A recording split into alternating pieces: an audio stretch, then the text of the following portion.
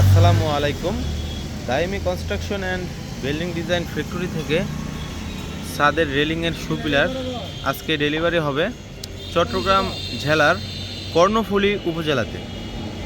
এই পিলারটি 26 ইঞ্চি লম্বা, 5 ইঞ্চি মোটা। 26 ইঞ্চি লম্বা চাইনিজ সুপিলার, এটা রাউন্ড ডিজাইন এবং আরও অনেক ডিজাইনের রয়েছে। এখানে দেখতে পাচ্ছেন